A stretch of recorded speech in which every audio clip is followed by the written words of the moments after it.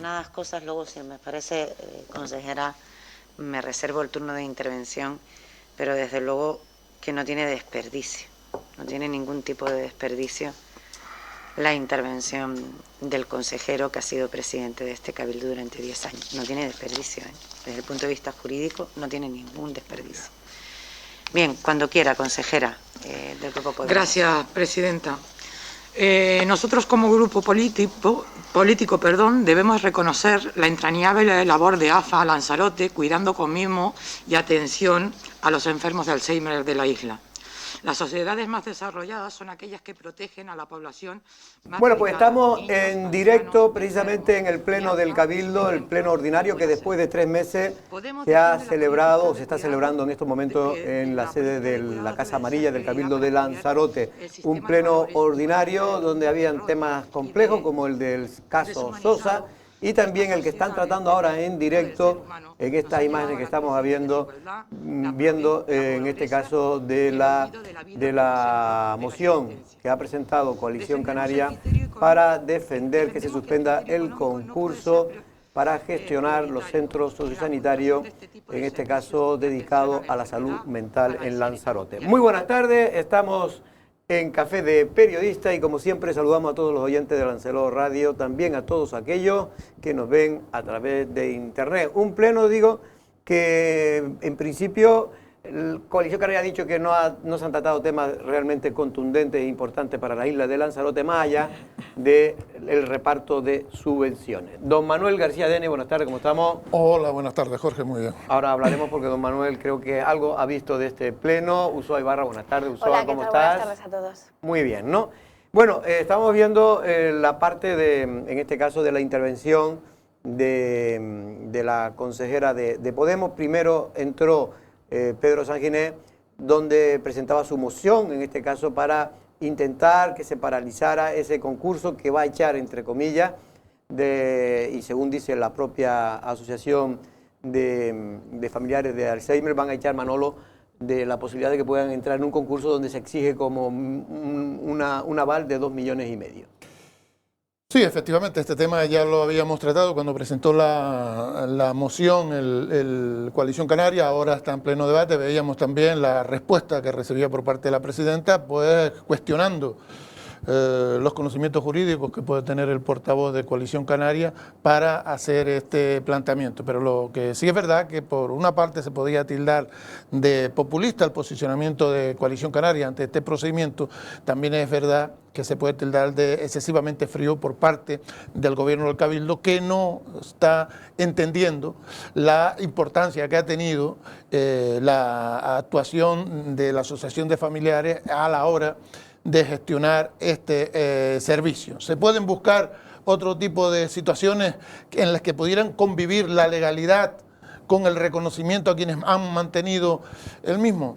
Yo creo que como mínimo se tendría que demostrar que se ha explorado que no cabía esa opción porque el servicio hasta ahora no ha tenido críticas de nadie. Usúa, efectivamente estamos hablando de un asunto complejo porque evidentemente lo lógico que todo el mundo tendría que defender es que este tipo de gestiones tendrían que salir a concurso, pero aquí se da, digamos, algunas yo diría que, no me sale la palabra, pero vamos, de diferencia con respecto a la generalidad. Es decir, en Tenerife y en Gran Canaria, esos mismos servicios se hacen a través de convenios que siempre se hace con asociaciones que están dedicadas al cuidado, en este caso de los enfermos que tengan algún problema de salud mental, ¿no? Ya, lo que pasa es que esa fórmula al parecer no ha funcionado, ¿no? En el caso de Lanzarote, al menos en este servicio en particular, porque son años los que venimos arrastrando dificultades y ya no me refiero solo a AFA, sino que también hay otras organizaciones como Adislan que tienen también muchísimos problemas, ¿no? A la hora de conseguir mantener con garantías el servicio. Vamos a ver, se han establecido otras reglas del juego, así lo ha decidido la primera corporación insular y este gobierno, y en esas reglas del juego AFA queda fuera, no por falta de profesionalidad, a ver si nos entendemos, ¿no? Sino porque hay una serie de condicionantes económicos a los que no puede aspirar en principio esta ONG. Y hay un factor emocional, efectivamente, en reconocer el papel que ha desempeñado AFA cuando aquí estos servicios asistenciales de primerísima necesidad no han sido atendidos por la propia administración por falta de recursos. Entonces había que utilizar, digamos, este servicio en paralelo, que ha ido adaptándose y acoplándose lo mejor que ha podido, pero no siempre a lo mejor desde la modernidad, ¿no?, que se aspira a tener en el mundo geriátrico. Y no digo que sea una responsabilidad de AFA, sino de la propia administración, que no le ha dado ninguna prioridad al tema de los mayores en 2 décadas mínimo. Y luego pasa lo mismo con los interinos y los funcionarios. Un interino no tiene la plaza, pero para eso se tiene que presentar a las oposiciones, trabajárselas y, en este caso, aprobarlas. Pero eso no significa que no sea un buen profesional y no desempeñe una labor esencial. Es un poco lo que ha podido ocurrir también con AFA, pero en este momento quien tiene aspiraciones para conseguir la plaza, pues no es ese perfil. Bueno, lo que está claro es que el grupo de gobierno ha decidido para ello regularizar una situación que consideraba anómala, y en este caso, Manolo, han empleado precisamente el tema del concurso, para que cualquier empresa pueda presentarse y llevar esa gestión. El problema donde está es, como bien decía antes Manolo también, es si se podía haber apurado la situación para que tuviera AFA la posibilidad de presentarse a ese concurso, cosa que de alguna manera se ha evitado o se ha impedido al poner una aval de 2,5 millones, que yo entiendo que no está mal que se ponga un aval de 2,5 millones de euros, porque evidentemente el Cabildo tiene que buscar que la empresa que se presente sea una empresa que tenga una cualificación y unas posibilidades. Una solvencia. Claro. Sobre todo para hacer frente también al gasto que supone este tipo de servicios, ¿no?, para los profesionales que están adscritos al mismo. Porque esto de ONGs que dejan de pagar a sus trabajadores y luego generan también una dificultad añadida, pues es otro capítulo que conoce muy bien la Administración y que se está dando. No, pero de todo hay que tener en cuenta también, sobre todo, que esos problemas que usted decía se debía precisamente porque estaban mal pulidos las conexiones, o mal pulidas las conexiones entre la administración y las ONG. No es que las ONG hayan dejado de pagar de motu propio, sino el hecho de que la administración no pagara a la ONG les hacía imposible pagar a esos empleados. Porque son altamente dependientes. Le pasa lo mismo a la ONG son que altamente a la dependientes de la propia administración. Yo creo que en general una empresa que trabaje exclusivamente para la administración o para cualquier cliente, en caso de que ese cliente le presente problemas, va a tener dificultades. No hay sino que recordar en la época de crisis empresas que se venían abajo porque sus principales clientes mostraban debilidad para cobrar y, por supuesto, para pagar, con lo que te quedabas estrangulado. Eso puede pasar también en esta relación con la administración. Nadie está diciendo, o por lo menos yo no lo estoy diciendo, que se cuestione un proceso de concurso que dé posibilidades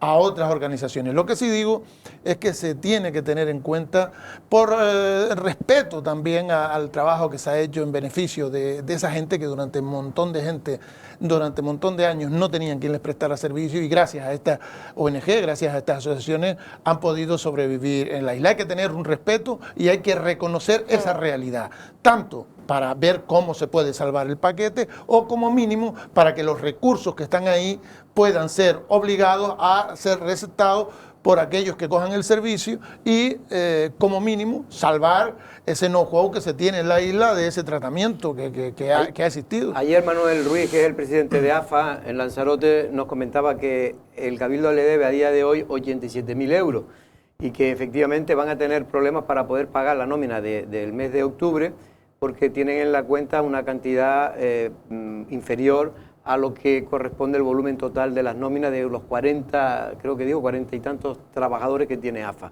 Aquí el problema es si una empresa privada lo puede hacer mejor o no, que esto pues en principio hay comunidades que se hacen a través de empresas privadas y funciona perfectamente. Aquí la cuestión no es tanto de criticar al grupo de gobierno, desde mi punto de vista, a Dolores Corujo, porque haya tratado de regularizar un servicio que hay que reconocer que estaba en precario, al menos administrativamente, sino si había posibilidades o no por parte y sensibilidad o no por parte de la consejera de Asuntos Sociales de tratar de ver si AFA, que ha hecho una labor encomiable durante los últimos 23 años, cuando todavía ni el Cabildo de Lanzarote ni ningún otro se dedicaba a cuidar a este tipo de personas que ya existían y que eran los propios familiares quienes se encargaban de ello, se tenía en cuenta esa labor para que se pudiera permitir que AFA pudiera participar. El problema es que, según el señor Manuel Ruiz, el presidente de AFA, es que no han querido hablar con ellos, no han querido de alguna manera acercarse a la realidad que tiene esta asociación. Yo no veo mal, sinceramente, que el Cabildo trate de regularizar una situación en precario. Lo que puedo entender desde el punto de vista de AFA es que no se ha hecho nada para de alguna forma reconocer una labor que ellos venían realizando. Pero yo lo que no entiendo es que se quiera hacer borrón y cuenta nueva sin tener en cuenta esa realidad. O sea, aquí ha habido una gente, unas asociaciones, unas personas que han estado trabajando en pro de estas otras personas que tenían estas necesidades. Y lo ha hecho de la mano del Cabildo. Es verdad que ha habido una serie de exigencias en el que dice que no se está cumpliendo la legislación con este tipo de relación. Lo que hay es que madurar el tipo de relación si es posible o romperla, pero sin obviar la realidad. Y la realidad es que aquí ha habido asociaciones que durante años han prestado un servicio, que se han tenido que armar contratando trabajadores, poniendo equipos y demás para dar respuesta a esas necesidades, y que ahora no se puede hacer a sus espaldas un nuevo sistema. Esa es mi percepción. No se puede hacer como si no existiera ese tipo de servicio en Lanzarote, ¿no? Bueno, vamos a ver, porque ahora en directo vamos a regresar al Cabildo de Lanzarote, porque creo que todavía sigue tratándose ese tema de AFA, de esa moción que presentó Coalición Canaria. Parte de alguien que interpreta la ley cuando quiera, es que sí, si los informes están a su favor, y cuando no, hacen una interpretación distinta. ¿Y sabe por qué lo digo? Porque mire, fíjense qué curioso. El portavoz de Coalición Canaria, el señor Samuel Martín, me había solicitado, cosa que le agradezco, que cambiáramos el orden del día. ¿Por qué? Porque entendía que las personas que están aquí, que están preocupadas, pudieran compartir el debate y la reflexión. Fíjese, pero el anterior punto, señores consejeros y consejeras, y a todos los ciudadanos que ojalá nos estén escuchando, porque deberían de sentir pues la misma preocupación que siento yo. En ese anterior punto, Coalición Canaria nos viene a explicar lo que significa la ley de contrato. Se lo prometo, yo les invito a que se queden. Viene a decirnos cómo tenemos que hacer nosotros los contratos dentro de la administración pública y lo que significa una ley de contrato. Es más, nos amenazan todos los días diciendo que prevaricamos, que nos saltamos las leyes, que contratamos a dedo, unas cosas, fíjense. Esto es de verdad para grabarlo. Yo les invito a que se queden en el segundo punto. No tienen por qué hacerlo, evidentemente, pero sí que es interesante. Cómo, dependiendo de lo que me interesa, oye, pues me pongo una chaqueta, hago una exposición y dependiendo de la otra, pues me quito la chaqueta y hago otra exposición. Así es como se ha gobernado esta isla. Si resulta que el ciclo integral del agua es un disparate, no pasa nada. Si tengo que irme a una desaladora privada y me la quedo porque yo lo digo...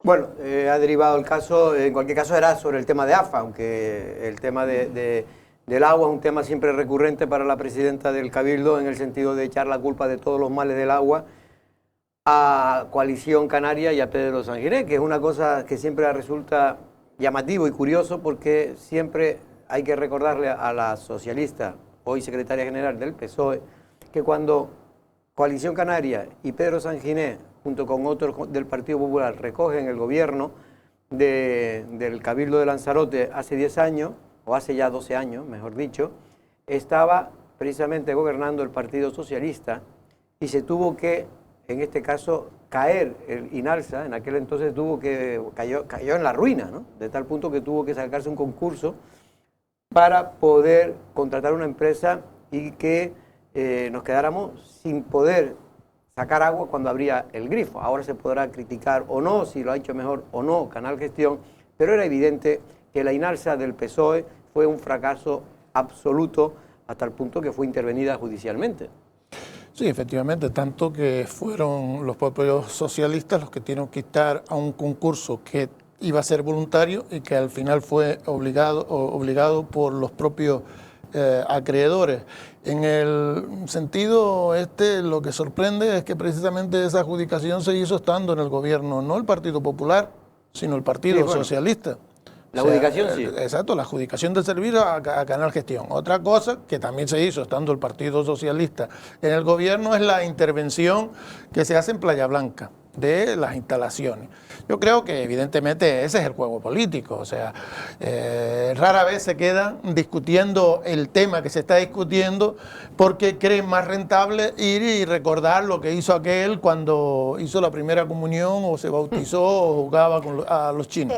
Yo creo que ese es el gran error, o sea, vamos a tratar el tema desde el punto de vista político de cada uno, pero con seriedad, o sea, analicemos el problema, porque usted sigue el pleno y ya se cansa, no es solo porque lleva uno ya tantos años que ya prevé lo que va a decir cada uno, sino porque se empeñan en no discutir los temas, en no darse cuenta que el pleno también es una forma de hacer llegar los temas a la gente y que es incómodo a veces estar muchas horas sentadito allí, pero ¿para qué lleva 30 o 40 temas a un pleno? O porque dejas de celebrar 3 o 4 meses el pleno ordinario para después coger el punto 3 y el 21 como han hecho hoy y discutirlo todo junto en 5 minutos. Porque, oye, por economía procesal, digo, sí, por economía procesal no. Por no querer estar ustedes más horas discutiendo los temas que tienen que discutir. A mí sí me gustaría hacer hincapié en lo que acaba de decir Manolo porque me parece esencial. Todo es achacable a la herencia, esto ya lo sabemos, y el hecho de que se haga una defensa por parte del actual grupo de gobierno y específicamente de la presidenta del Cabildo atacando al contrario no es nada nuevo y sobre todo atacándole en el ámbito del reproche de irregularidades constantes, ¿no? Porque parece que nada de lo que se había hecho con anterioridad pues realmente mereciera la pena. A mí me gustaría que se demostrara las propias virtudes que tiene este grupo de gobierno y así no entrar en el barro precisamente de la oposición, porque aquí hay una pregunta que a mí me parece esencial, que lo estábamos comentando antes fuera de cámara, ¿no? Se han puesto en teoría reparos a seguir o a continuar con el convenio o la forma, que tenía el Cabildo de tratar el tema de los servicios que prestaba AFA. Pero ¿se sabe exactamente en qué parámetros? Porque a lo mejor si son exclusivamente económicos o de fórmula administrativa, pues es un poco lo que estabas apuntando tú antes, ¿no? Y es también lo que ha defendido Coalición Canaria, que en otras islas se aplican otros convenios ajustados, a unas características de la ONG y no que la ONG se tenga que acoplar, ¿no?, a las necesidades de la primera corporación insular. Entonces aquí sí me parece esencial saber ¿en qué consisten esos reparos? Eso es lo que tiene que explicar la presidenta. Yo creo que no se quiere explicar porque, a ver, la situación simplemente es que administrativamente está en precario el convenio y eso lo reconoce todo el mundo. No, es que la propia consejera de Bienestar Social dice que se está vulnerando la ley. Bueno, así ella lo define. Yo no sé si lo ha dicho así. Aquí lo que he dicho ya hace tiempo es que era un tema muy complejo, que ellos iban a tratar de buscar una fórmula más legal posible para que esos servicios se llevaran de manera, con toda la de la ley, ¿no? Y en este sentido yo no critico, insisto, yo creo que la fórmula del concurso es la más, digamos, justa que se puede haber en un tipo, para que la empresa que mejor valorada, la que ofrezca mejor precio, sea la que lleve esos servicios. Yo lo único, desde mi punto de vista, es que el Cabildo podía hacer algo más para que esa asociación AFA pudiera participar en ese concurso. Solamente por tener en cuenta lo que antes comentaba Manolo, 23 años que llevaba realizando esa gestión. Y además porque se entiende que hay algún resquicio que lo ha acogido el Cabildo de Tenerife y el de Las Palmas de Gran Canaria, donde siguen esas asociaciones a través de convenios realizando la gestión. No, pero es que cuando uno hace las bases de un concurso, por ejemplo, imagínate, de las subvenciones a la cultura, ahí se pueden establecer una serie de parámetros, que es lo que estaba comentando antes, en función también de los intereses que tenga la primera corporación insular. Imagínate que ahora lo que quiere es promocionar el cine en Canarias. Bueno, pues se va a poner en uno de los epígrafes una puntuación alta a todo aquel que desarrolle esta actividad con sede en Lanzarote. Entonces eso ya está condicionando, ¿no?, en Sí. esas bases del concurso un poco la adjudicación a Pero posteriori. lo que pasa- Pues en esto de AFA podría tratarse de lo mismo, es que no lo sé, son Pero es que en aspectos este tipo de concursos lo que legales prima, que desconozco. la ley del Estado, lo que prima sobre todo los demás puntos es el tema económico, es decir, la oferta económica que haga. La más baja es la que normalmente suele ganar, que eso no siempre es bueno para el usuario, porque la más baja también después presta un peor servicio. Pero bueno, este tema sigue debatiéndose, no sé si ya ha terminado, o no sé si esa reelección me dice si ya ha terminado o no este debate, no sé, vamos a ver ya la última parte del mismo. Subestimamos, porque me parece de verdad gravísimo, gravísimo. Y dice, es que contratos, convenios, contratos verbales, ha dicho Departamento de Intervención, cuando esto lo conocen desde el primer día. He estado bueno, en fin, nunca jamás me pude imaginar que se pudiera desgobernar de esta manera y encima intentar rentabilizar para quedar bien, yo no sé con quién, desde luego. Yo no sé con quién. Para decir todo aquello de lo que no hizo. Para decir que la ley se salta. Y no pasa nada. No pasa nada. Bien. Pues aquí vinimos otro gobierno. En fin, ojalá nos lo hubiera puesto usted y su equipo anterior más fácil. Pero desgraciadamente no fue así. El voto del grupo de gobierno, evidentemente, es en contra. El grupo de Podemos, si no me corrige, ¿sí? Tengo que decir que a mí también me causa rubor que un expresidente del Cabildo diga que haya contratos verbales y que las licitaciones no son las formas de trabajar. Yo defiendo la labor de AFA, me parece entrañable, no tengo absolutamente nada malo que decir. Pero la realidad es que los procesos judiciales y los administrativos hay que regularizarlos. Esto es así. Y de verdad no pensaba intervenir, pero que un expresidente del Cabildo me diga que yo no sé nada y que se trata con contratos verbales y que no se deben de hacer licitaciones, pues sinceramente me quedo loca, como se dice aquí, me quedo loca con usted, ¿eh? De verdad que no salgo de mi asombro. Pero bueno, también les invito a que se queden a escuchar la siguiente intervención, porque ahí vamos a hablar de los contratos y de lo que se hizo en esta Casa Cabildo durante 40 años con impunidad absoluta.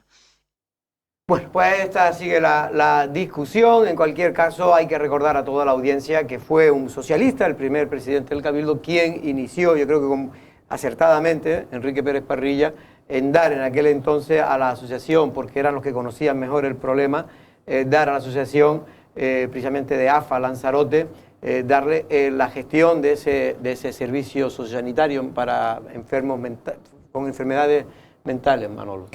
Sí, efectivamente, y se hizo porque el Cabildo ni tenía capacidad, ni tenía conocimiento, ni tenía voluntad en ese momento de desplegar un servicio que era caro y que en cierta medida muchos de esos gastos se cubrían con la voluntariedad de estas personas. Y además hacer una asociación, pues lo que conseguían siempre iba también muy vinculado al voluntarismo de la gente que participaba.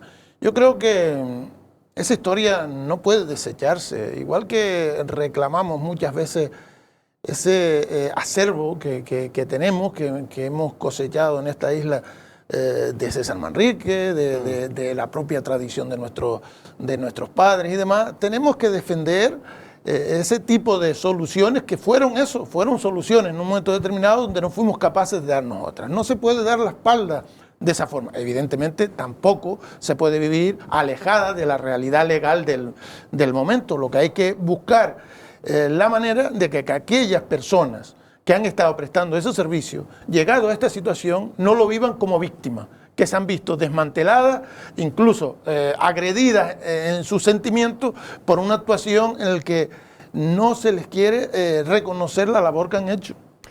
Bueno, Ulloa, sí, para bueno, terminar ya, el venga. Cabildo y la presidenta en este sentido ha sido bastante coherente y clara desde el minuto uno. Tenía como propósito, bueno, pues sacar Ulloa, una serie... me va a permitir, porque no hemos oído precisamente al ponente de esta moción, que es Coalición Canaria, y después continúa y cierra ya el debate. Vamos a oír aunque sea un minuto, en este caso creo que es Pedro Sanginés. Se puedan hacer sin licitación, y para eso hay que ser una entidad sin ánimo de lucro que renuncie al beneficio industrial. Eso lo ha aprobado su partido político ayer en el Consejo de Gobierno. Eso es lo que he dicho. Póngalo oído. Continúe, Samuel, con la moción, por favor. Muchas gracias, compañero. La moción que traíamos, la 29, habla sobre la ley de contratación, pero nosotros no venimos a dar lecciones, como decía el compañero Pedro Sanginés, sobre la ley de contratación. Es más, solo venimos aquí a decir lo que no se está haciendo y lo que se ha cambiado de la ley, de lo que se venía haciendo en este Cabildo. El pasado 2 de agosto, el Consejo de Gobierno aprobó unas nuevas instrucciones para la tramitación de los contratos menores en el Cabildo de Lanzarote, en virtud del cual se modificaron las aprobadas en el año 2018. De acuerdo con el acta... Bueno, pues no estaba hablando ya de ese tema, aunque lo pareciera. Ulloa, ¿querías terminar? Sí, bueno, estaba hablando precisamente de este tema, ¿no? Porque, vamos a ver, digo que la presidenta del Cabildo desde el minuto uno vino a decir que su propósito, en estos 2 primeros años al menos de legislatura, era sacar licitaciones de contratación de servicios en prácticamente... muchas áreas, ¿no? Muchos ámbitos, no sé, el de la cultura, el de los servicios audiovisuales, bueno, pues que se preparen las ONGs, porque parece ser que también le ha tocado, ¿no?, al ámbito de los servicios sí, también, sociales. Ahora también Adislan tiene ese mismo problema. Por eso mismo, entonces todo será revisado. Y creo que AFOL también está bastante molesto con el cambio que hay, en este caso, que pretende realizarse desde la presidencia del Cabildo. Pero creo que tampoco es, digamos, una... autoexigencia de la presidenta, sino también el hecho de que la administración cada vez tiene que estar más regulada con esos filtros que muchas veces hacen un efecto pirámide, ¿no? Porque vienen desde otras instancias superiores, ¿no? Entonces, en este sentido, también hay que ser justos con el contexto administrativo en el que nos movemos. Pero precisamente, que insisto, que a mí no me parece mal, todo lo que sea concurso me parece que es lo más justo que se puede hacer para cualquier servicio. Más allá que entiendo que la forma de hacer los concursos a veces, tal y como está ahora mismo en la ley, está perjudicando al servicio público que pretende gestionar. Es decir, ¿por qué? Porque, como dije antes, se prima especialmente la partida, es decir, la cláusula siempre principal es cuánto dinero ofrece o quiere, por cuánto dinero pretende llevar la empresa esos servicios. ¿Y qué pasa? Que solo se coge a la que ofrece menos dinero. En este caso, pues claro, la administración se la da al que ofrece menos dinero, pero después el servicio, muchas veces hemos visto carreteras que no se han podido acometer precisamente porque se dan a las clásicas empresas subasteras que después no son capaces de llevar a cabo esos trabajos por esas cantidades tan pequeñas de dinero, tan pequeñas o por debajo del valor de la construcción, ¿no? En paralelo tengo que decir que muchas ONGs y asociaciones sin ánimo de lucro están sufriendo muchísimo con el tema, por ejemplo, de la digitalización, ¿no?, de la propia administración, porque no tienen en su organigrama interno personal cualificado, muchas veces ni formación a la hora de tramitar las ayudas, siguiendo los requisitos y los filtros, una vez más, insisto en esto, porque es importante, que acaba de actualizar la administración desde hace unos años para acá. Entonces, este es un pequeño ejemplo, quiero decir, un granito en la montaña que nos viene a demostrar que muchas veces podemos aplaudir la labor de las ONGs que aparecen ante una demanda y una necesidad perentoria, pero a la larga es un modus operandi que la administración también tiene que fiscalizar. Bueno, pues ya veremos cómo acaba todo este tema, porque creo que va a acabar en los tribunales de justicia, por desgracia. Tenemos al senador del Partido Popular por la Comunidad Autónoma de Canarias, Asier Antona. Buenas tardes, ¿cómo estamos? ¿Qué tal, Jorge? Muy buenas tardes. Bueno, Asier, antes de nada, por si alguno todavía no te conoce o lo desconoce, en este caso eres palmero, ¿no? Así es, y ahí estamos. Y ahí está. ¿Y cómo está la situación, la última hora de La Palma, que me imagino que tú estás siguiendo de manera puntual? Bueno, la última hora es verdad que hace unos días, ayer y antes de ayer, venían algún dato que nos hacía llamar a la esperanza en cuanto a la finalización de la erupción volcánica, pero esto al final fue solo un espejismo, porque hoy los niveles de azufre son en torno a 30.000 toneladas y por tanto, y el movimiento y los movimientos sísmicos también son muy altos. Por tanto, esas son las dos cuestiones que miden los vulcanólogos para decir si estamos ante el final o no. Nadie sabe cuándo es el final. Lo que sí todo el mundo sabe es que los niveles de azufre son muy altos, que los movimientos sísmicos siguen siendo elevados y por tanto todo presume a que vamos a seguir durante muchísimas semanas expulsando este volcán de Cumbra Vieja en la lava. Y por el camino, lo que ya hemos visto, arrasando muchísimas centenares de hectáreas, muchas casas, muchas fincas en un lugar muy importante para Isla de la Palma, que es toda esa zona del Valle de Aridane. Senador, es verdad que ha habido una movilización, tanto política como institucional y social, realmente importante con la isla de La Palma. Creo que hoy, por sexta vez, visitaba o va a visitar el presidente del gobierno de España La Palma. Pero he escuchado, y algunos amigos míos palmeros, de que muchas personas que están afectadas totalmente, que han tenido que alquilar pues, con su propio dinero una casa para meter a su familia, todavía no han recibido siquiera un solo euro. ¿Eso es verdad?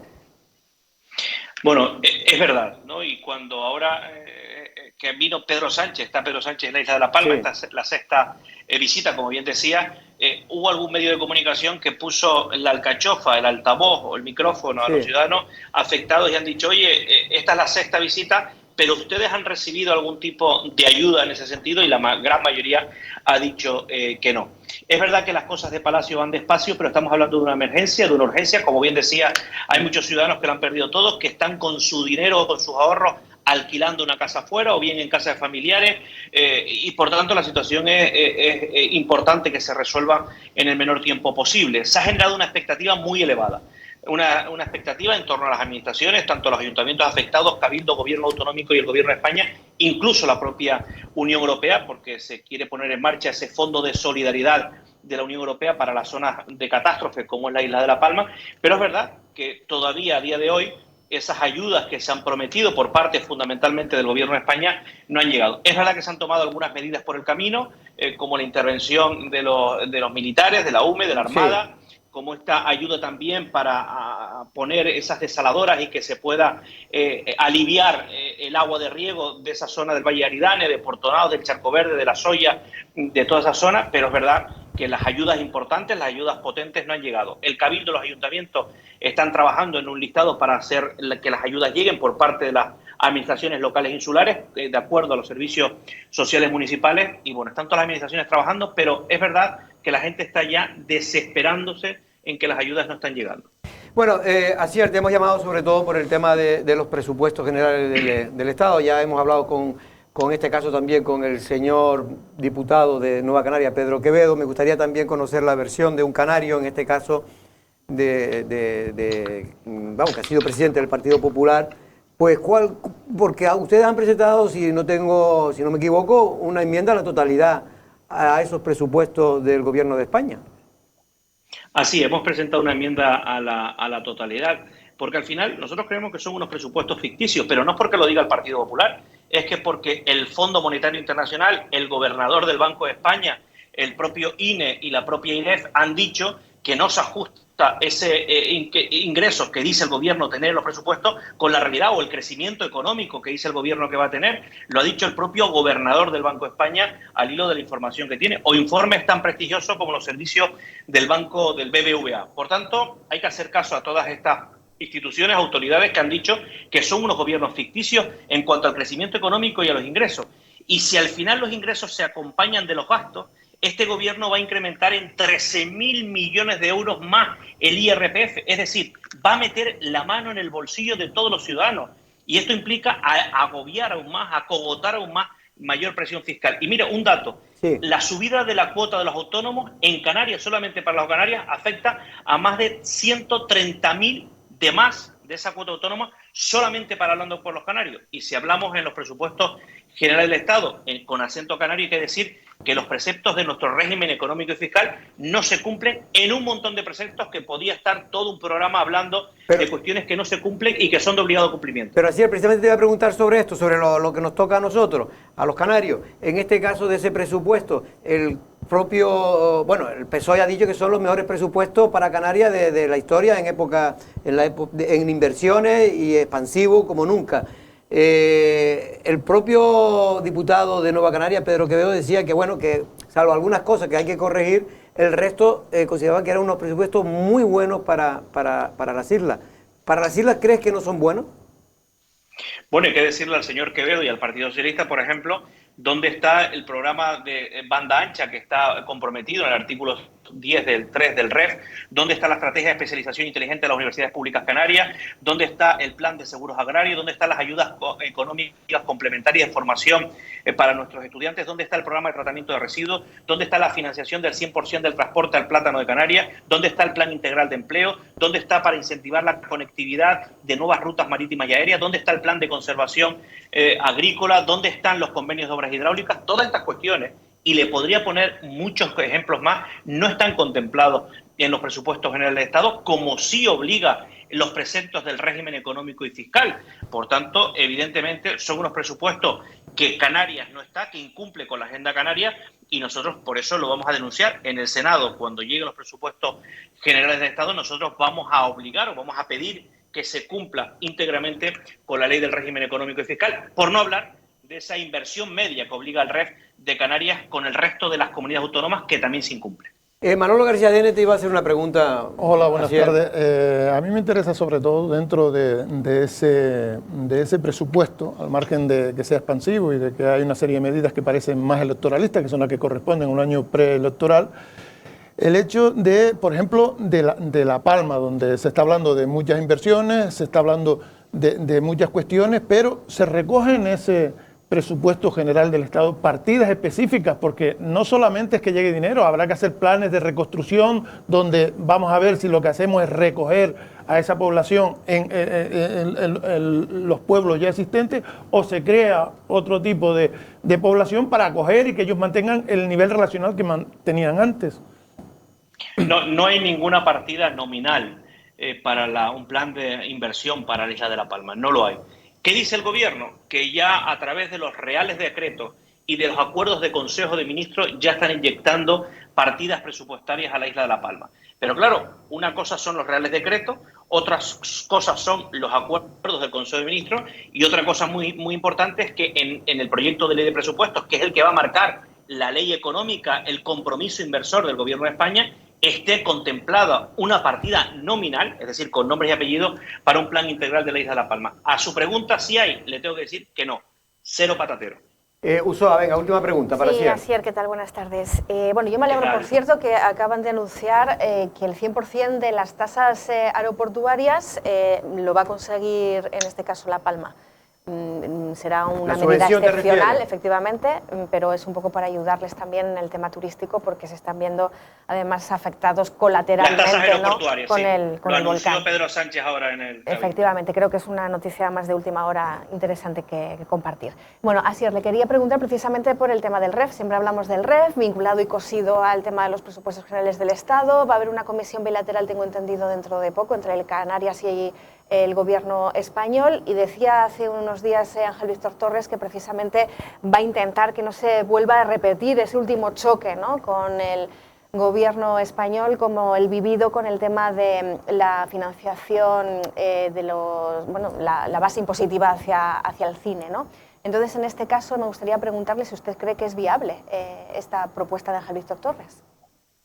Bueno, el régimen económico y fiscal es una ley orgánica de obligado cumplimiento, está anclado en el Estatuto de Autonomía. Hay que recordar que fue una reforma del Partido Popular, se ancló en el Estatuto de Autonomía para que fuera ley orgánica y, por tanto, de obligado cumplimiento. Dicho esto, hay muchos preceptos, entre ellos lo que usted habla de la industria audiovisual vinculada al cine. Y está claro los preceptos que hay, es decir, ese diferencial del 80% que tiene que haber entre las islas capitalinas y las islas no capitalinas, y de un 100% de beneficios fiscales de ese diferencial con las islas de La Palma, de La Gomera y El Hierro. ¿Esto se está cumpliendo en la actualidad? No.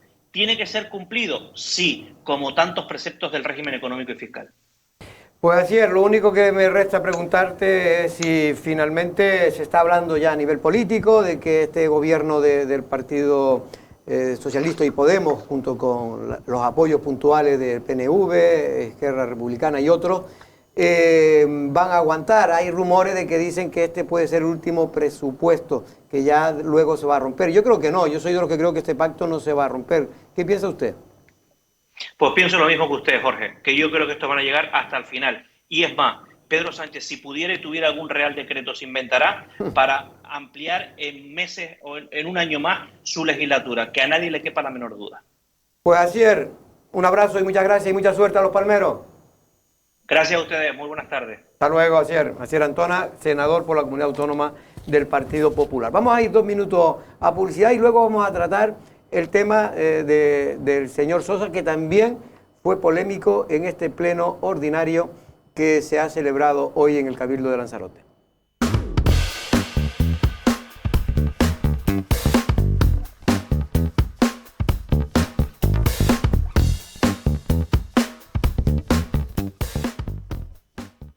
Bueno, por cierto que leía a primera hora de la mañana una noticia en Lancelot Digital en relación a que ha fallecido el primer lanzaroteño que ha solicitado la eutanasia, esa ayuda para morir, digamos, sin dolor. Se celebró, en este caso falleció en el mes de septiembre y hace un mes y pico, creo que fue cuando falleció. No se había dado a conocer, pero es la primera persona, Manolo, en la isla de Lanzarote. Es verdad que tengo entendido que había una solicitud anterior de una mujer, pero que murió en el procedimiento, es decir, murió antes de que se resolviera el expediente. Sí, eso pudo haber pasado porque se necesita primero hacer los famosos comités, también tener un registro de médicos que estén dispuestos a llevar a cabo el procedimiento, porque hay algunos que se declaran objetores y no participan de estas actuaciones porque algunos consideran que no es exactamente igual que la sedación que se hace en los hospitales actualmente cuando una persona está enfermo terminal y ya en sus últimos momentos, pues para favorecer esa muerte sin dolor se le ceda. Pues hay médicos que entienden que hay una importante diferencia y que se salen del sistema. Pues para poder llevar a cabo ese tipo de administraciones de los medicamentos necesarios, es necesario, valga la redundancia, que haya un médico. Ese tipo de procedimiento se retrasó durante un tiempo, parece que ya está en marcha y lo lógico es que se vaya dando salida de acuerdo con los estudios previos que se hacen, que no es que uno quiera morir si van y lo hacen, sino que primero tiene que tener una serie de consultas con médicos y demás y después programarse. Me parece una de las noticias más importantes, lo digo, de la década. Creo que el testamento vital es un avance social e individual, porque para nacer, mira, necesitas a 2 personas. O la decisión al menos de un ajeno, pero para morir es una decisión muy personal y muy individual. Y de cualquier manera también decir que has comentado antes la eutanasia como un sinónimo de morir sin dolor, no, de morir dignamente, porque hay muchísimas personas que están sufriendo todos los días. Además no tienen motivación, no tienen esperanza ni interés por seguir adelante y además en una situación que compromete a las familias que se sienten realmente muy vulnerables y desoídos hasta el momento por la administración y que afortunadamente están teniendo algo de luz al final del túnel gracias a esta medida que efectivamente tiene que tener siempre el beneplácito de los facultativos. Bueno, pues ya veremos porque en este caso es un tema también muy complejo, se fue muy discutida esa ley porque hay sectores conservadores que consideraban que habían algunos resquicios que podían saltarse o promover de alguna manera la muerte cuando desde el punto de vista, sobre todo para la gente católica y tal, pues tienen inconvenientes. Y de hecho sí, porque cuanto más sufras, más rápido subes al cielo. No, porque en este caso hay una cuestión moral que ciertamente pues es así. Y hay muchos médicos que precisamente no se apuntan a esos programas por una cuestión simplemente... Y yo respeto ampliamente este tipo, digamos, de convicciones o de creencias, pero no exime que haya otra mayoría de personas o otras personas igual de respetables que opten por estas opciones. Y por eso tenemos la ley. Vale. O sea, vamos a ponerlo en el caso que ahora mismo lo positivo es que esa mayoría ha podido legislar y tenemos una ley que permite que en caso de que usted reúna los requisitos necesarios, pues puede despedirse de esta vida voluntariamente, ¿no? Bueno, para ya ir terminando, el Pleno del Cabildo de Lanzarote trató el caso Sosa, ¿no? Un caso que lleva hablándose de él desde hace mucho tiempo, pero sobre todo en las últimas semanas porque se han conocido nuevas informaciones. Precisamente la presidenta del Cabildo, Dolores Corujo, hoy en el punto de dación de cuenta, creo que se llama, en este caso, pues dio una explicación, extensa explicación, unos 10 minutos, para intentar desenredar este lío que muchos no entienden. Para que todo el mundo sepa de lo que estamos hablando, es que en diciembre de 2019, el señor Sosa, que se había presentado en las listas de Coalición Canaria, decide transfugarse al grupo de gobierno y es nombrado, en este caso, como consejero de Sanidad del Cabildo de Lanzarote. El señor Sosa cobraba el sueldo en este caso por la sanidad pública, porque él es médico, y cobraba porque era, en este caso, portavoz de Coalición Canaria. Al perder esa condición, y ahí es donde está el quid de la cuestión, consideran que no puede seguir cobrando en este caso, no puede seguir cobrando como liberado. Podrá estar liberado, pero tendrá que trabajar en el Servicio Canario de Salud, es decir, ir a su puesto de trabajo si quería cobrar esa cantidad. Según Dolores Corujo, hay un informe de Función Pública que eso lo deja claro de que no es así. Y no es así porque, por lo visto, se trata de una interpretación que hace Función Pública con los nuevos cambios legislativos que ha habido en la normativa, que permite que el señor Sosa, como es funcionario, está como prestando un servicio especial. Vamos a oír, Manolo y Usoa, esta crónica que nos realizan los informativos de Lancelot Televisión y luego lo analizamos.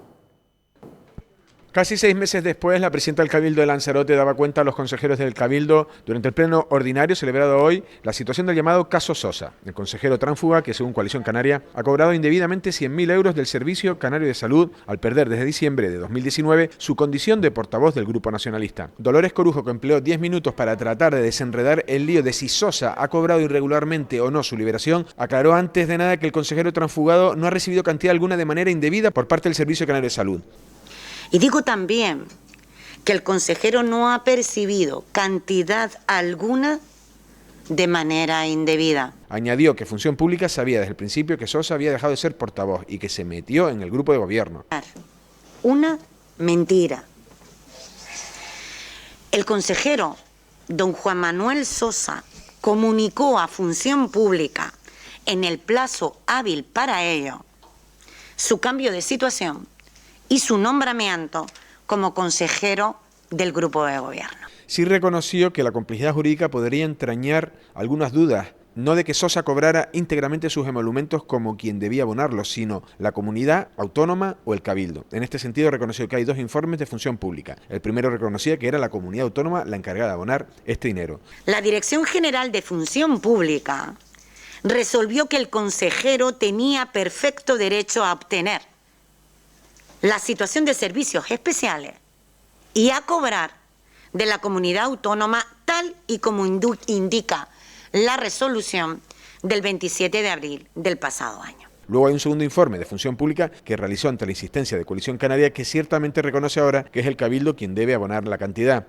Que el consejero tiene derecho a cobrar su sueldo íntegro, pero según esa interpretación, a cargo del Cabildo de Lanzarote. La presidenta del Cabildo explicó que ante este nuevo informe se inicia un expediente para pagar a la comunidad autónoma, lo pagado hasta ahora a Sosa, pero dan marcha atrás ante un informe negativo de la intervención del Cabildo, por lo que se decidió acogerse al primer informe de Función Pública. En marcha un procedimiento administrativo para liberar al consejero con cargo a esta institución y a solventar con la comunidad autónoma las cantidades que ésta entendía que debió abonar el Cabildo. Finalmente, la socialista Dolores Corujo resumía que el Cabildo no iba a pagar ese dinero a la comunidad autónoma y el que hoy volvía a firmar un decreto reafirmando la liberación de Juan Manuel Sosa como consejero de Sanidad y miembro del grupo de gobierno. Bueno, pues Dolores Corujo al final ha dado la explicación, es su explicación. Es verdad que cuando Dolores Corujo dijo en el Pleno que no había caso Sosa, que era un invento de Coalición Canaria, hombre, tan invento, Presidenta, no puede ser cuando usted ha tardado 6 meses en contestar, porque si tan claro estaba la situación, creo que usted dijo que en 2 semanas iba a dar una respuesta, lo dijo en Pleno, lo dijo a todo el mundo, y no nos venga ahora a decir que no existe caso Sosa. Otra cosa es que usted se haya apoyado en unos informes y lo haya interpretado a su forma y manera, de tal manera que había un primer informe, para que vean que la cosa no estaba tan clara, doña Dolores, que había un informe de función pública que decía que era la comunidad autónoma quien tenía que pagar, y había un segundo informe que decía que era el Cabildo. De hecho, se inició el expediente, usted lo acaba de reconocer, para que fuera el Cabildo. Fue la intervención del Cabildo quien le dijo a usted que no tenía que ser el Cabildo, que al menos se informaba negativamente desde intervención, y ahí es cuando ustedes efectivamente pues se acogen a ese primer informe, que ya veremos si reúne o no todas las legalidades que se exigen en estos casos. Lo que es evidente, y eso lo sabe todo el mundo, es que el señor Sosa se había presentado por el Coalición Canaria y ahora está en el grupo de gobierno, y eso tiene un nombre aquí y en todos los sitios. Don Manuel, ¿qué le parece el análisis que hace en este caso la presidenta? Hombre, a mí que se puede considerar normal que un médico en una sociedad que tiene una enorme lista de espera pueda ir en comisión de servicio de consejero de sanidad de un cabildo que no tiene ninguna competencia en sanidad, ya me dice mucho hasta qué punto se puede darle vueltas a un tema para decir lo que se quiere. Cuando se tarda 6 meses en explicar algo que, según ella, está protocolizado, no tiene demasiada credibilidad tampoco, porque lo lógico es que se hubiese dicho en su momento. La impresión que yo tengo es que se ha estado todo este tiempo intentando fabricar un informe en el que se pudiera dar cobijo a el planteamiento que tenía el doctor Sosa, porque interesa al grupo de gobierno. Yo no digo que no se ajusten a la legalidad, no tengo ni el conocimiento suficiente en este caso para ver si realmente se han producido traslaciones de las leyes para que quepa ese tipo de comportamiento. Ahora bien, sí digo que sería un comportamiento claramente ineficiente. O sea, un consejero que podría estar liberado por el mismo precio que el resto de los consejeros, o sea, 2.000 y pico euros, está liberado por 4.000 y pico. Y es el consejero que menos competencias tiene en el Cabildo. Que se lo expliquen, es eso, ese pago tiene que ver con alguna función especial que hace o con la dependencia que puede tener el grupo de gobierno de este consejero. Y lo que no tiene demasiado sentido es que el pueblo de Lanzarote o el pueblo de Canarias tenga que pagar a un consejero su sueldo de médico, que ya yo me imagino que tampoco podría percibir porque tiene más edad de la que se tiene que tener para estar en activo, con lo que al final lo que se está es preservando unos derechos, no sé si de forma legal o no, a una persona que ya los hubiese perdido en caso de haber seguido su vida laboral normal, para mantenerlo en un puesto en el que no tiene obligación ninguna. ¿Usó alguna opinión? A ver, Coalición Canaria ha estado R con R. No.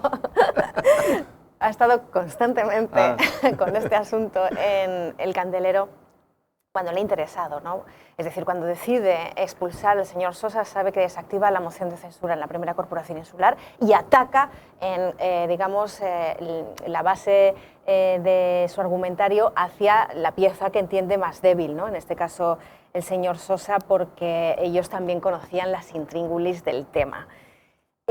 Vamos a ver, estoy de acuerdo con el señor Manolo García Deniz porque la presidenta se ha metido en un galimatías para intentar aclarar algo. Esto nunca funciona. De hecho, yo todavía no tengo claro si se tienen que devolver los 100.000 euros, ¿no? Que en ¿Y quién tiene que devolverlos? ¿Y quién tiene que devolverlos? Yo entiendo que, vamos a ver, quien los disfruta no es el ente abstracto de la administración, ya sea el Cabildo de Lanzarote o la comunidad autónoma, en este caso el gobierno regional. Es el consejero, ¿no? Que tiene nombre propio. Pero de cualquier forma, eso. eso. ¿Hay que devolver los 100.000 euros? Durante todo este tiempo, fíjate, si no ha llovido, que hasta Coalición Canaria tuvo que remitir una carta a Ángel Víctor Torres para exigirle explicaciones con respecto a si estaba primero cobrando de la Comunidad Autónoma de Canarias y si esto era viable. Por lo tanto, en todo este tiempo no ha habido transparencia con el tema Sosa. No vamos a hablar del caso, sino del tema Sosa o de las dudas que hay en torno a esta figura. Y luego, con respecto al tema de las responsabilidades, yo creo que la presidenta tendría que ser un poquito más autocrítica aquí. Porque ella misma yo creo que sabe que la figura de Sosa en el gobierno es estratégica por otra cosa que no es precisamente sus labores en la primera corporación insular. Entonces aquí yo creo que también habría que ir midiendo, ¿no?, la funcionalidad del consejero. Yo aquí digo lo que decía el conde de Romanones, ¿no?, que decía aquello de hagan ustedes las leyes que yo hago los reglamentos, y en este caso después se interpreta como, en este caso la directora general de turno de Función Pública ha entendido. Directora, por cierto, que ha cesado, no se sabe si es por este tema o por otro cualquiera. Pero a mí lo que me sorprende, Jorge, perdona, que hasta ahora ningún otro funcionario de carrera, y ha habido muchos en el Cabildo, se haya acogido a esta situación que es ampliamente favorable para un simple profesor, porque si tiene sus trienios y demás, pues gana más de 2.000 y pico euros. Entonces, y no digo que ser profesor sea simple, quiero decir que suelen ser los que más habituales en la administración desde el punto de vista de categoría académica. Y nadie se ha acogido porque siempre se decía, oye, tú que eres el portavoz, tú que eres funcionario te vamos a poner de portavoz y así nos liberamos en lugar de 5 o 6. Siempre se ha hecho así. Me extraña que ahora de sopetón se haya descubierto esta posibilidad, que yo no digo que no la haya. En fin, que las leyes se han podido, o los reglamentos se han podido retorcer o no, da lo mismo, yo no entro en eso. Yo lo que sí entro es que la presidenta del Cabildo en su exposición viene a decir y a insinuar que los medios de comunicación, no solo Coalición Canaria, que ahí está en su derecho en hacerlo, porque evidentemente Coalición Canaria también actúa partidariamente, evidentemente, en este asunto. Coalición Canaria, si lo tiene tan claro, ahí tiene los juzgados. No, pero me refiero que actúa porque necesita a lo mejor esclarecer este asunto en los términos prácticos, ¿no? Imagínate que nos pongamos en la hipótesis de un futurible, de que haya a partir de ahora pues personas que se suban también a este mismo carro. Pero que yo lo que vengo a decir, que allá suscuita con Coalición Canaria, que se resuelvan entre ellos, pero lo que quiero decir es que han insinuado como que los medios de comunicación han inflado este caso. No, doña presidenta, es que este caso es un caso como mínimo moralmente inexplicable. Otra cosa es que usted pueda echarle también la culpa a Coalición Canaria, que también utilizó al señor Sosa en la anterior legislatura, pero ahí sí que no incumplía en ningún momento los preceptos que permite, en este caso, al ser representante de un grupo, cobrar. Es verdad que moralmente es igual, y ahí tiene usted toda la razón. Pero lo que es evidente es que no puede decir que se ha inflado un caso cuando realmente, desde el punto de vista, usted habla con cualquier persona de Lanzarote y evidentemente sabe lo que piensa sobre este asunto. Usted ha hecho una jugada maestra, o su gente ha hecho una jugada maestra, ha fichado en este caso al señor Sosa y con esto de facto han evitado que se le pueda presentar a usted una moción de censura. Por lo tanto, chapó en ese sentido, pero deja que a los medios de comunicación hagamos nuestro trabajo y opinemos libremente. ¿O es que aquí solo son voceros los que hablan a favor suyo? Es que no lo entendemos, presidenta. Yo creía que hay que respetar más la libertad de los medios de comunicación. Hay muchos que seguramente defenderán la postura que usted defiende y hay otros que simplemente cuestionamos este tipo de prácticas. Yo siempre digo que aquel que critica de acuerdo con su conciencia y con los hechos que conoce puede ser de todo menos vocero. Claro. Aquel que lo hace precisamente porque cobra por ello de la presidenta o de quien sea, sí son voceros. Esos son los voceros, claro, los que defienden su tesis, sea la que sea, porque solamente depende su situación del pago que reciba. Esos son los voceros, aquellos que nos aventuramos a veces a equivocarnos, convencidos de que tenemos que denunciar una cosa que nos parece francamente ilegal, deberemos tener una mínima consideración, que es la capacidad de por lo menos enfrentarnos a una realidad que nos puede ser dolorosa por la obligación que creemos que tenemos. Eso para mí es importante. Y sobre todo porque, Presidenta, llevaba 6 meses, los medios de comunicación le preguntaban y usted sobre este tema pues no ha hablado desde hace ya mucho tiempo. Pero no a los medios de comunicación, que también, yo creo que donde tiene que hablar es donde ha hablado hoy, en el Pleno, usted ha dado sus explicaciones. Y creo que en este sentido ahora tendrá que ser Coalición Canaria. Claro, lo que pasa es que también las dudas yo creo que eran razonables, ¿no? En todo este proceso, en toda esta cronología de los hechos. Hombre. Y lo digo porque en su momento, lo acabo de escuchar en ella misma, argumentar que Función Pública decía que podría cobrar, uno de los informes que podría cobrar este señor su sueldo en esto de los servicios especiales, ¿no? Como funcionario que es.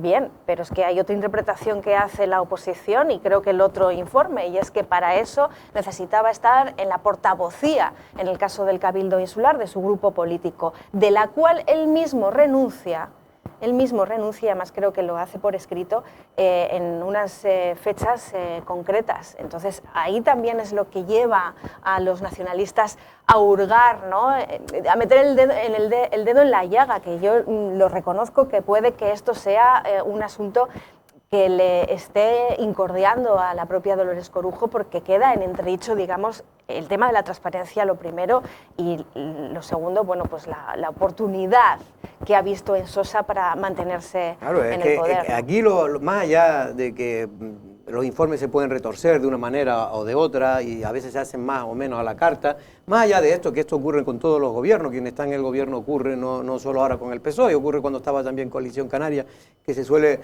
intentar convencer a los técnicos para que se haga un informe en un sentido o en otro. Otra cosa es que hayan técnicos que no lo hagan y otros que, en fin, que siempre buscan. Hay técnicos tan buenos que como todo es interpretable y más los reglamentos, pues mira, pues en este sentido hay mucha facilidad, pero en cualquier caso, más allá de eso, es evidente que hay un caso de transfugismo claro y evidente y que el Partido Socialista se está apoyando ahora mismo en un tránsfuga, no para gobernar, sino para que no se presente en este caso ninguna operación de derribo contra la presidenta del Cabildo.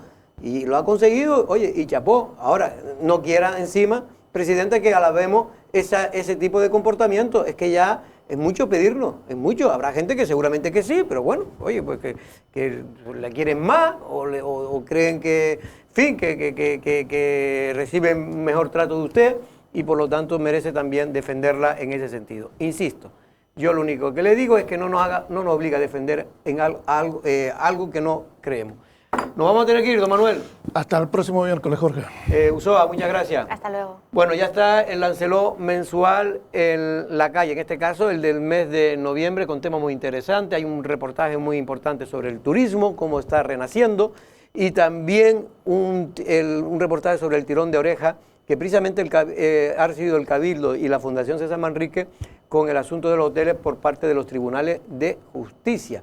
Y también un reportaje amplio sobre el hospitalito famoso COVID, bajo sospecha la construcción del nuevo hospitalito COVID-19 y una amplia entrevista, en este caso, al que fuera presidente del Cabildo, Pedro Sanginés.